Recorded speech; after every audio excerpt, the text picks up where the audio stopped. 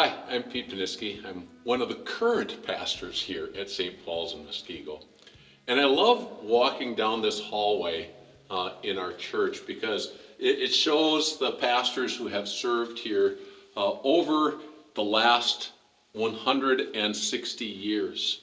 Our congregation has been in existence since 1857, so there is an awful lot of history that God's people have experienced during that time, and a lot of crises that they have lived through. And I think it's encouraging for us as we live through kind of our own crisis. The first one would certainly have been the Civil War. You see, I'd like to tell you about Pastor J.F. Killian. He only served here for a very short time. He got here in 1861, and when the Civil War began, Pastor Killian volunteered to be a chaplain in the Civil War. And the reason why I mention that today is our lessons deal with Civil War. In our Old Testament lesson from Judges chapter 9, we hear the story about Abimelech. Now, Abimelech really isn't a judge. He is somebody who takes authority and rules as king, and there is civil war and incredible destruction.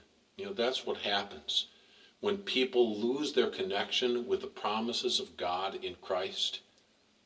There is civil war. There are horrible things that happen, and we see that in Judges chapter 9.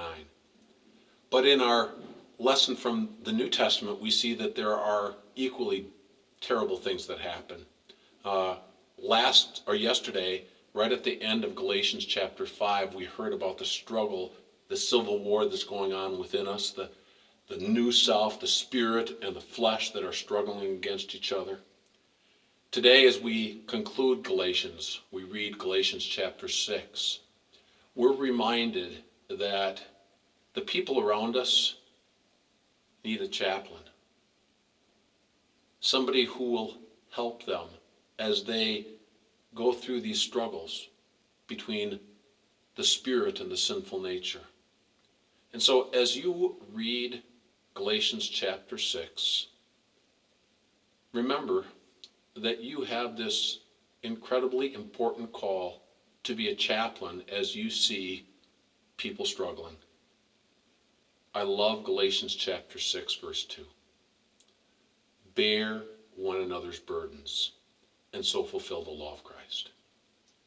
I pray that you are a chaplain to the people around you. As you grow in your understanding of scriptures, God is preparing you to help others as they struggle with their own internal civil war. And because you know that Jesus is risen, you have the peace of God that surpasses all understanding. God bless your reading.